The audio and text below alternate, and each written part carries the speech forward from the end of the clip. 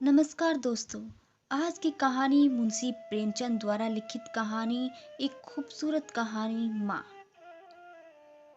आज बंदी छूटकर घर आ रहा है। करुणा ने एक दिन पहले ही घर लीप पोत रखा था। इन 3 वर्षों में उसने कठिन तपस्या करके जो 10-5 रुपए जमा कर रखे थे, वह सब पति के सत्कार और स्वागत की तैयारी में खर्च कर दिए। पति के लिए धोतियों का नया जोड़ा लाई थी, नए कुर्ते बनवाए थे और बच्चे के लिए नए कोट और टोपी की आयोजना की थी। बार बार बच्चे को गले लगाती और प्रसन्न होती। अगर इस बच्चे ने सूर्य की भांति उदय होकर उसके अंधेरे जीवन को प्रदीप्त न कर दिया होता तो कदाचित ठोकरों ने उनका जीवन का अंत ही कर दिया होता। पति के कारावास के दंड के 3 ही महीने बाद उस बालक का जन्म हुआ।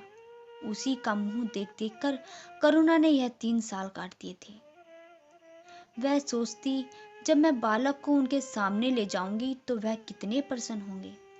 उसे देखकर पहले तो चकित हो जाएंगे, फिर गोद में उठा लेंगे और कहेंगे, करुणा, तुमने यह रत्न देकर मुझे निहाल कर दिया। कैद के सारे कष्ट बालक की तोतली बातों में भूल जाएंगे। उनकी एक सरल पवित्र मोहक दृष्टि हृदय की सारी व्यथाओं को धो डालेगी। इस कल्पना का आनंद लेकर वह फूली न समाती। वह सोच रही थी, आदित्य के साथ, आदित्य यानी कि करुणा का पति, बहुत से आदमी होंगे। जिस समय वह द्वार पर पहुंचेंगे, जय जयकार की ध्वनि से आकाश गूंज उठेगा। वह कितना स्वर्गीय दृश्य होगा। उन आदमियों के बैठने के लिए करुणा ने एक फटा सा टाट बिछा दिया था, कुछ पान बना दिए थे और बार बार आशा में नेत्रों से द्वार की ओर ताकती थी। पति की वह सुदृढ़ उदार तेजपूर्ण मुद्रा बार बार आंखों में फिर आ जाती थी। उनकी वे बातें बार बार याद आती थी जो चलते समय उनके मुख से निकली थी। उनका वह धैर्य, वह आत्मबल जो पुलिस के प्रहारों के सामने भी अटल रहा था। वह मुस्कुराहट जो उस समय भी उनके अधरों पर खेल रही थी, वह आत्माभिमान जो उस समय भी उनके मुख में लिपट रहा था, क्या करुणा के हृदय से कभी विस्मृत हो सकता था? उसका स्मरण आते ही करुणा के निस्तेज मुख पर आत्मगौरव की लालिमा छा गई। यही वह आलम्ब था जिसने इन 3 वर्षों की घोर यातनाओं में भी उसके हृदय को आश्वासन दिए हुए था। कितनी ही रातें फाकों से गुजरी, बधुआ घर में दीपक जलने की नौबत न थी, पर दीनता के आंसू कभी उसकी आंखों से न गिरे। आज उन सारी विपत्तियों का अंत हो जाएगा। पति के प्रगाढ़ आलिंगन में वह सब कुछ हंसकर झेल लेगी। वह अनंत निधि पाकर फिर उसे कोई अभिलाषा न रहेगी। गगनपथ का चिरगामी लपका हुआ विश्राम की ओर चला जाता था, जहाँ संध्या ने सुनहरा फर्श सजाया था और उज्जवल पुष्पों की सेज बिछा रखी थी। उसी समय करुणा को एक आदमी लाठी टेकता आता दिखाई दिया, मानो किसी जीर्ण मनुष्य की वेदना ध्वनि हो। पग पग पर रुककर खांसने लगता था। उसका सिर झुका हुआ था। करुणा उसका चेहरा देख सकती थी, लेकिन चाल ढाल से कोई बूढ़ा आदमी मालूम होता था। पर एक क्षण में जब वह समीप आ गया तो करुणा पहचान गई, वह उसका प्यारा पति ही था। किंतु उसकी सूरत कितनी बदल गई थी। वह जवानी, वह तेज, वह चंपलता, वह सुगठन सब प्रस्थान कर चुका था। केवल हड्डियों का एक ढांचा रह गया था। न कोई सगी, न कोई साथी, न कोई यार, न दोस्त। करुणा उसे पहचानते ही बाहर निकल आई, पर आलिंगन की कामना हृदय में दबाकर रह गई। सारे मंसूबे धूल में मिल गई। सारा मनोल्लास आंसुओं के प्रवाह में बह गया, विलीन हो गया था। आदित्य ने घर में कदम रखते ही मुस्कुराकर करुणा को देखा, पर उस मुस्कान में वेदना का एक संसार भरा हुआ था। करुणा ऐसी स्थिर हो गई मानो हृदय का स्पंद रुक गया हो। वह फटी हुई आंखों से स्वामी की ओर टकटकी बांधे खड़ी थी, मानो उसे अपनी आंखों पर अब भी विश्वास न आता। स्वागत या दुख, एक शब्द भी उसके मुंह से न निकला। बालक भी गोद में बैठा हुआ सहमी आंखों से उस कंकाल को देख रहा था। और माता की गोद में लिपटा जा रहा था। आखिर उसने कातर स्वर में कहा, यह तुम्हारी क्या दशा है? बिल्कुल पहचाने नहीं जाते? आदित्य ने उसकी चिंता को शांत करने के लिए मुस्कुराने की चेष्टा करके कहा, कुछ नहीं, जरा दुबला हो गया हूं। तुम्हारे हाथों का भोजन पाकर फिर स्वस्थ हो जाऊंगा। करुणा, छी, सूख कर कांटा हो गए हो। क्या वहां भरपेट भोजन भी नहीं मिलता था? तुम कहते थे राजनीतिज्ञ आदमियों के साथ बड़ा अच्छा व्यवहार है, और वह तुम्हारे साथी कहाँ गए? तुम्हें आठों पहर घेरे रहते थे, तुम्हारे पसीने की जगह खून बहाने को तैयार थे। आदित्य की तोड़ियों पर बल पड़ गया। बोले, यह बड़ा ही कटु अनुभव है करुणा। मुझे न मालूम था कि मेरे कैद होते ही लोग मेरी ओर से यूं आंखें फेर लेंगे, कोई बात भी ना पूछेगा। राष्ट्र के नाम पर मिटने वालों का यही पुरस्कार है। यह मुझे न मालूम था। जनता अपने सेवकों को बहुत जल्दी भूल जाती है, यह तो मैं जानता था, लेकिन अपने सहयोगी और सहायक इतने बेवफा होंगे, यह मुझे ना पता था। इसका मुझे यह पहला अनुभव हुआ है, लेकिन मुझे किसी से शिकायत नहीं। सेवा स्वयं अपना पुरस्कार है।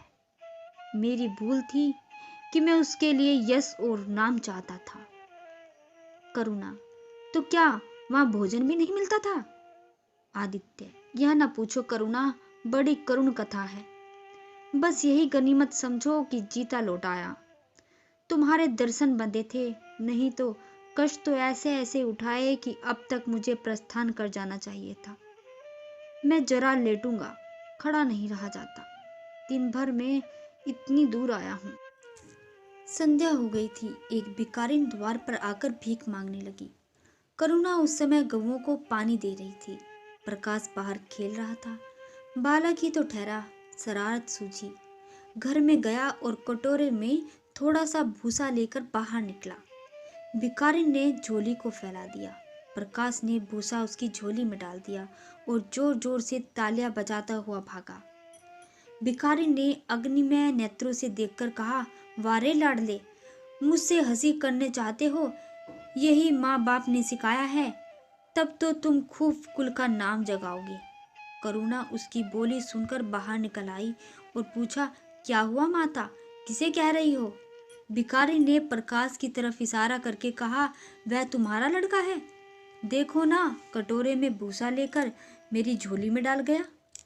चुटकी भर आटा मांगा था, वह भी मिट्टी में मिला दिया। कोई इस समय इस दुखिया को सताता है। सबके दिन एक से नहीं रहते। आदमी को घमंड नहीं करना चाहिए। करुणा ने कठोर स्वर में पुकारा, प्रकाश, प्रकाश। प्रकाश लज्जित न हुआ, अभिमान से सिर उठाए हुए आया और बोला, वह हमारे घर भी क्यों मांगने आई है? कुछ काम क्यों नहीं कर लेती? करुणा ने उसे समझाने की चेष्टा करके कहा, शर्म नहीं आती? उल्टे और आंखें दिखाते हो। प्रकाश, शर्म क्यों आए? यह रोज भीख मांगने आती है। हमारे यहाँ कोई चीज मुफ्त मिलती है क्या? करुणा, तुम्हें कुछ न देता तो सीधे से कह देता, जाओ। तुमने यह शरारत क्यों की? प्रकाश, उनकी आदत कैसे छूटती? करुणा ने बिगड़ कर कहा, तुम अब पिटोगे मेरे हाथों से। प्रकाश, पिटूंगा क्यों? आप जबरदस्ती पीटेंगी। दूसरे मुल्कों में अगर कोई भीख मांगे तो कैद कर लिए जाए, यह नहीं उल्टे भिखमंगों को सह दी जाए। करुणा, जो अपंग है वह कैसे काम करे? प्रकाश, तो जाकर डूब मरे, जिंदा क्यों रहते हैं? करुणा निरुत्तर हो गई। बुढ़िया को तो उसने आटा दाल देकर विदा कर दिया, किंतु प्रकाश का कुतर्क उसके हृदय के फोड़े के समान टीसता रहा। उसने यह दुष्टता, यह अभिनय कहाँ से सीखा? रात को भी उसे बार बार यही ख्याल आता और यही बात सताती। आधी रात के समीप एकाएक प्रकाश की नींद टूटी। लालटेन जल रही थी। करुणा बैठी रो रही थी। उठ बैठा और बोला, अम्मा, अभी तुम सोई नहीं? करुणा ने मुंह फेरकर कहा, नींद नहीं आई। तुम कैसे जाग गए? प्यास तो नहीं लगी? प्रकाश, नहीं अम्मा, न जाने क्यों आंख खुल गई। मुझसे आज बड़ा अपराध हुआ है अम्मा। करुणा ने उसके मुख की ओर स्नेह के नेत्रों से देखा। प्रकाश, मैंने आज बुढ़िया के साथ बड़ी नटखट की। मुझे क्षमा करो, फिर कभी ऐसी शरारत ना करूंगा। यह कहकर रोने लगा। करुणा ने स्नेह दृढ़ होकर उससे गले लगा लिया और उसके कपोलों का चुंबन करके बोली, बेटा, मुझे खुश करने के लिए तो नहीं कह रहे हो?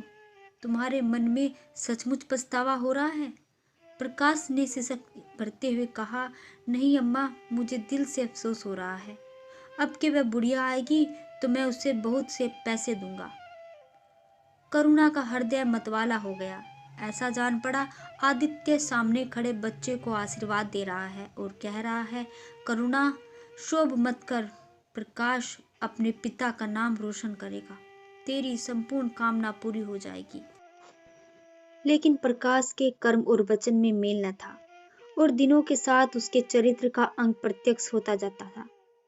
जहीन तो था ही, विश्वविद्यालय से उसे वजीफे मिलते थे।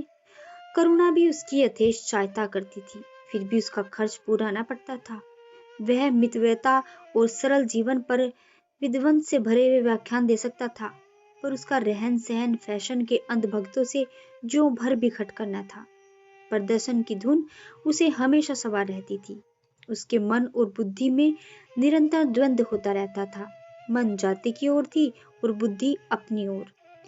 बुद्धि मन को दबाए रहती थी, उसके सामने मन की एक न चलती थी।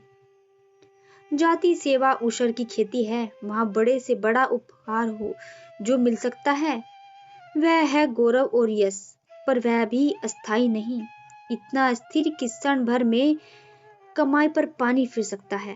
अतः उसका अंतिकरण अनिवार्य वेग के साथ विलास में जीवन की ओर झुकता था, यहाँ तक कि धीरे धीरे उसे त्याग और निग्रह से घृणा होने लगी।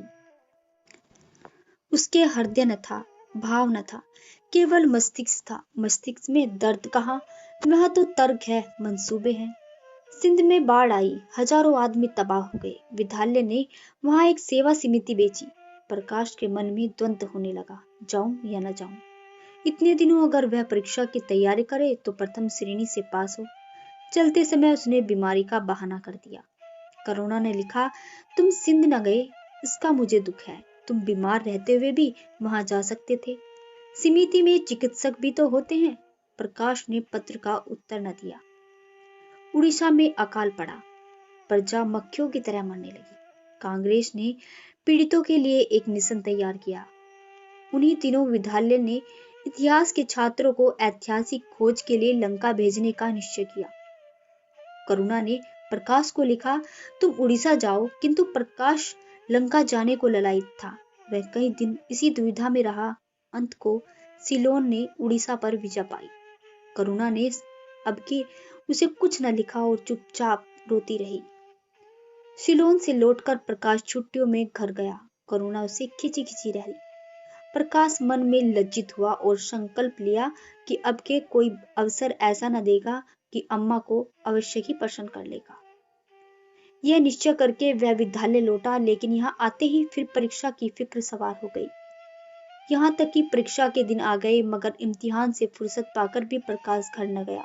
विद्यालय के एक अध्यापक कश्मीर सैर करने जा रहे थे। प्रकाश उन्हीं के साथ कश्मीर चल खड़ा हुआ। जब परीक्षा फल निकला और प्रकाश प्रथम आया, तब उसे घर की याद आई। उसने तुरंत करुणा को पत्र लिखा और अपने आने की सूचना दी। माता को प्रसन्न करने के लिए उसने 2-4 शब्द जाति सेवा के विषय में भी लिखे। अब मैं आपकी आज्ञा का पालन करने को तैयार हूँ। मैंने शिक्षा संबंधी कार्य करने का निश्चय किया है। इसी विचार से मैंने वह विशिष्ट स्थान प्राप्त किया है।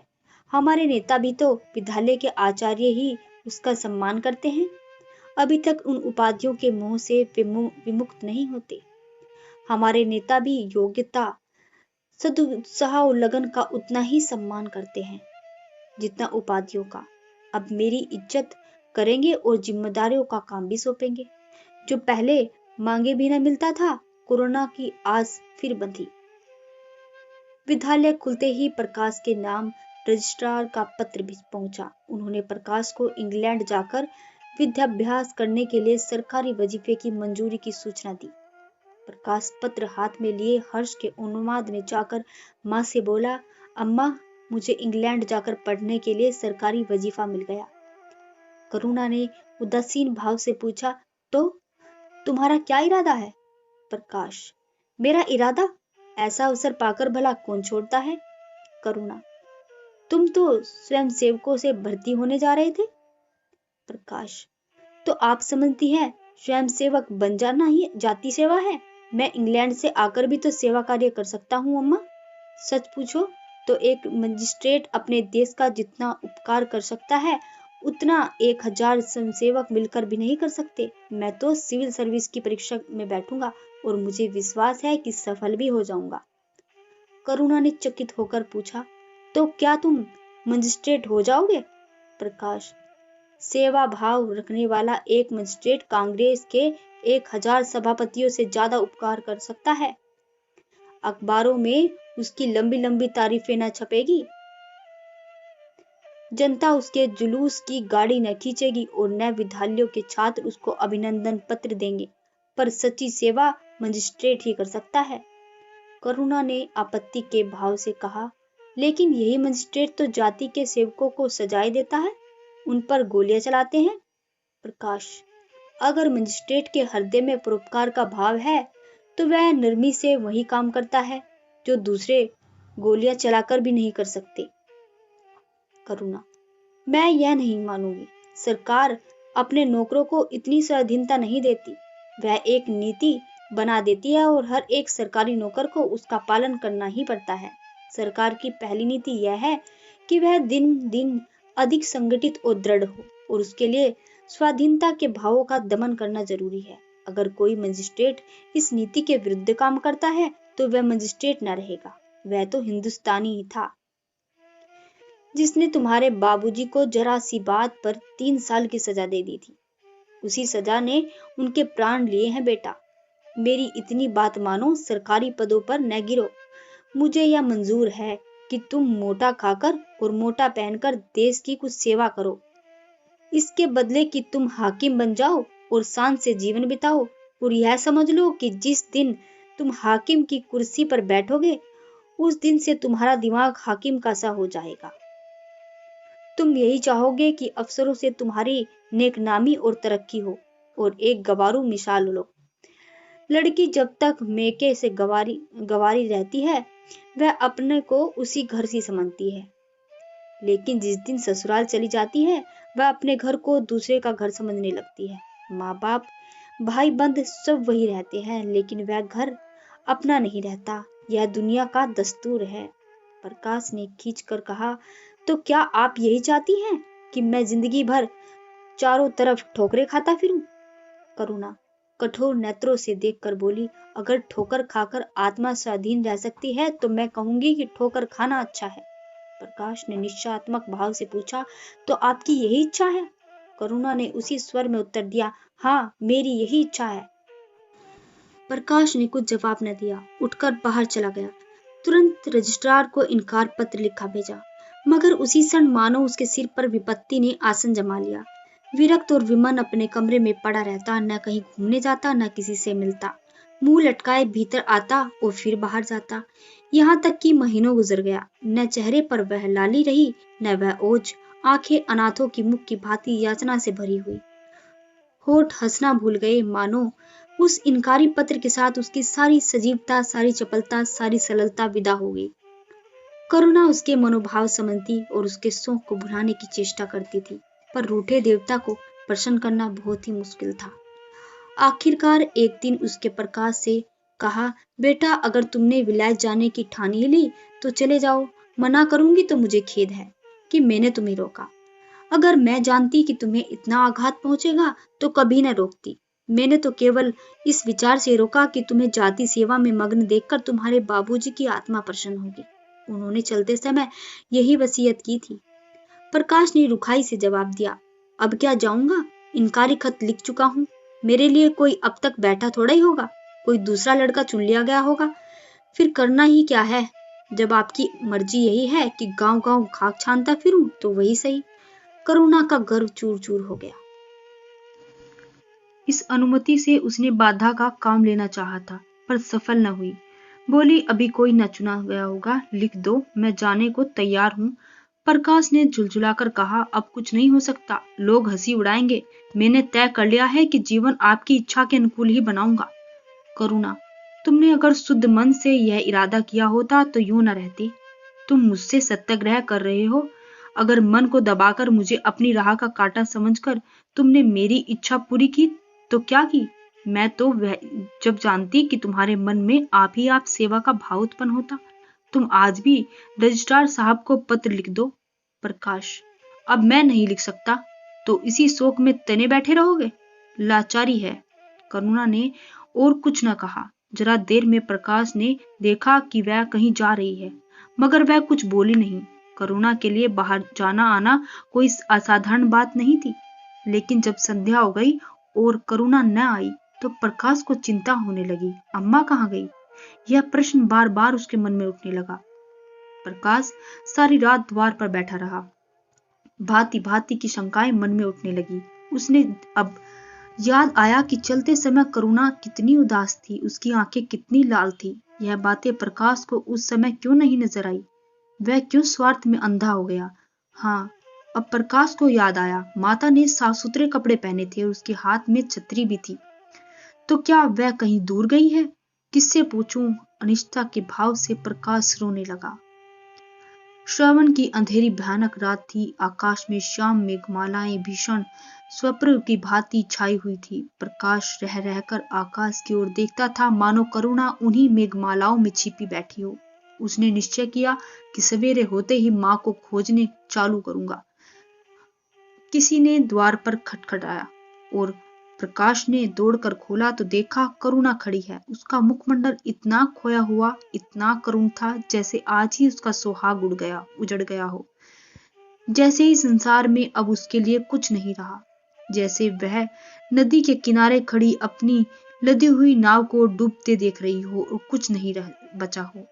प्रकाश ने अधीर होकर पूछा, अम्मा कहाँ चली गई थी? बहुत देर लगाई?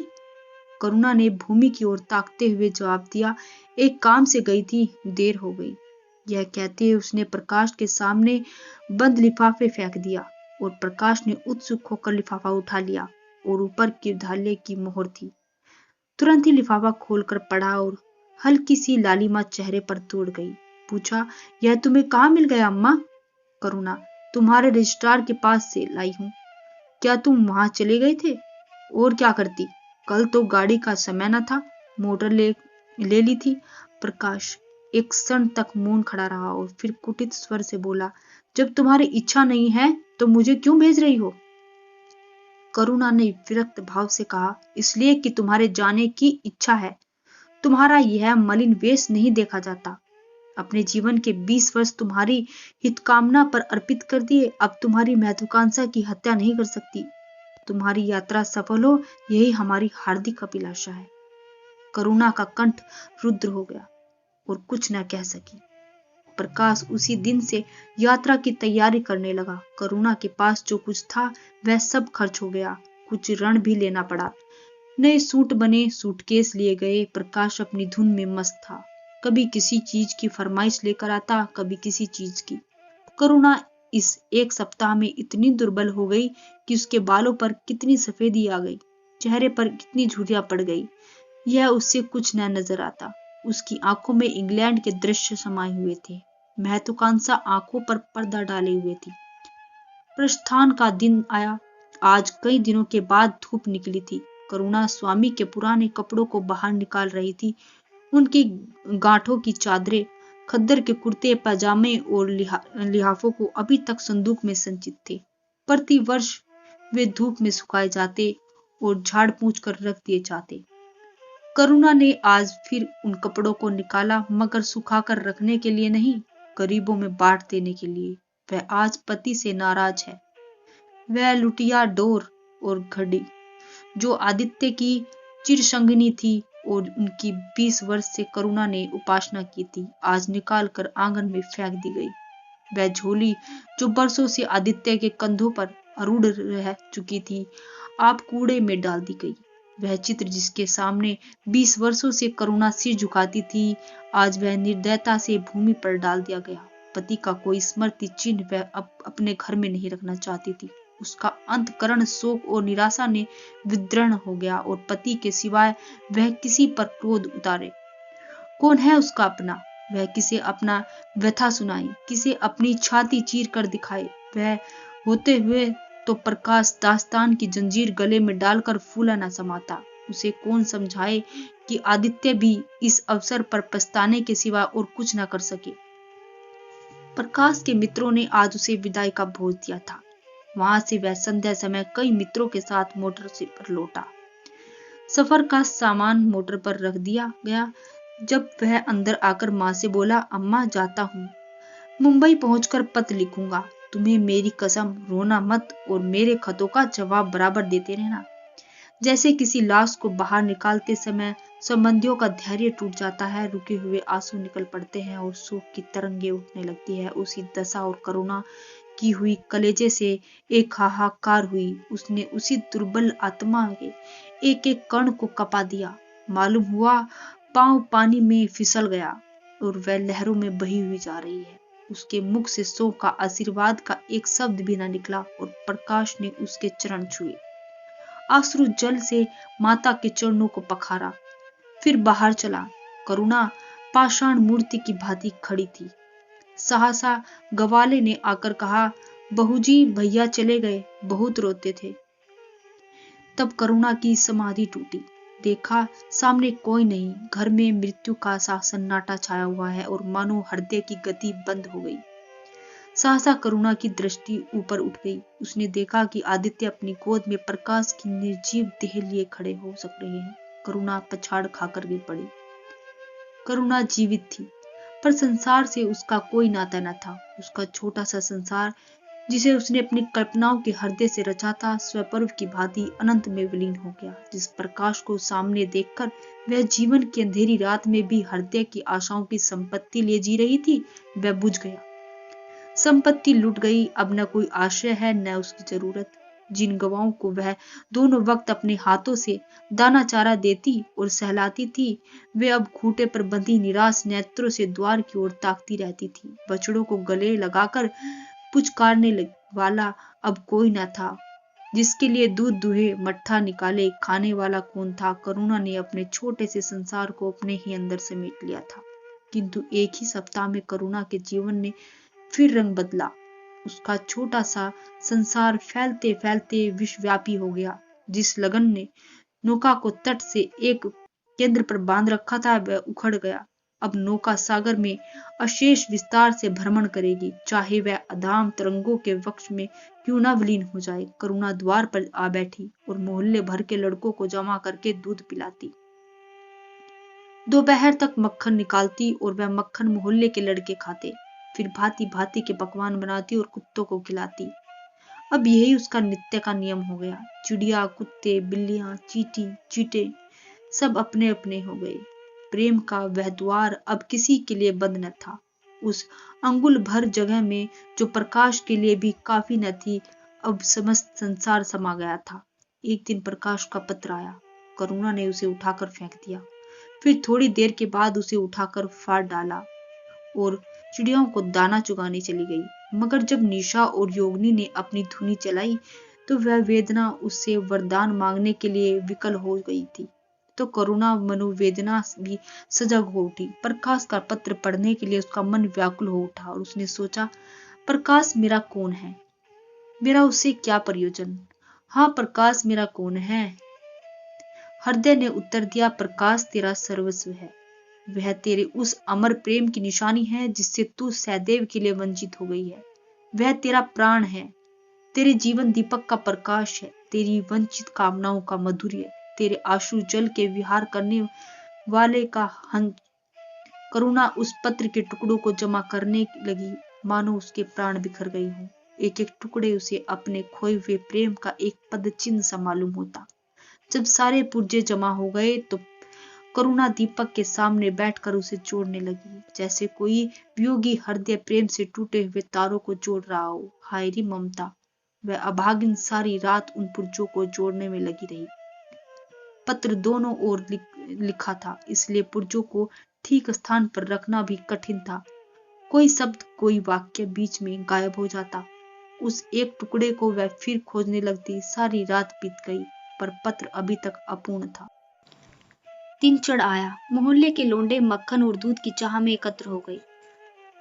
कुत्तों और बिल्लियों का आगमन हुआ। चिड़िया आकर आंगन में फुदकने लगी। कोई ओखली पर बैठी और कोई तुलसी के चौतरे पर। करुणा को सिर उठाने तक की फुर्सत नहीं थी। दोपहर हुआ। करुणा ने सिर न उठाया। न भूख थी न प्यास। फिर संध्या हो गई, पर वह पत्र अभी तक अधूरा था। पत्र का आशय समझ में आ रहा था। प्रकाश का जहाज कहीं से कहीं जा रहा है। उसके हृदय में कुछ उठा हुआ है। क्या उठा हुआ है, यह करुणा न सोच सकी। करुणा पुत्र की लेखनी से निकले एक एक शब्द को पढ़ना और उसे हृदय पर अंकित कर लेना चाहती थी। इस भांति 3 दिन गुजर गए। संध्या हो गई। 3 दिन की जागी आंखें जरा झपक गई। करुणा ने देखा एक लंबा चौड़ा कमरा है। उसमें मेजें और कुर्सियां लगी हुई हैं। बीच में ऊंचे मंच पर कोई आदमी बैठा हुआ है। करुणा ने ध्यान से देखा, प्रकाश था। एक क्षण में एक कैदी उसके सामने लाया गया। उसके हाथ पांव जंजीर में थे, कमर झुकी हुई। वह आदित्य थी। करुणा की आंखें खुल गई, आंसू बहने लगे। उसने पत्र के टुकड़ों को फिर समेट लिया, उसे जलाकर राख कर डाला। राख की एक चुटकी के सिवाय वह कुछ न रहा जो उसके हृदय में विदीर्ण के लिए डालती। उसी एक चुटकी राख में उसका गुड़ियों वाला बचपन, उसका संतृप्त यौवन और उसका तृष्णा वैधव्य सब समा गया। प्रातःकाल लोगों ने देखा, पंछी पिंजरे से उड़ चुका था। आदित्य का चित्र अब भी उसके शून्य हृदय से लिपटा हुआ था और भग्न हृदय पति की स्नेह स्मृति में विश्राम कर रहा था। प्रकाश का जहाज यूरोप चला जा रहा था। धन्यवाद। ऐसी ही आनंदपूर्ण कहानियाँ सुनने के लिए हमारे चैनल पीसफुल कहानियों को सब्सक्राइब करें, लाइक करें और शेयर करें, और हमारे चैनल पीसफुल कहानियों के परिवार का हिस्सा बन जाएं। धन्यवाद। भगवान करे आपका दिन शुभ हो।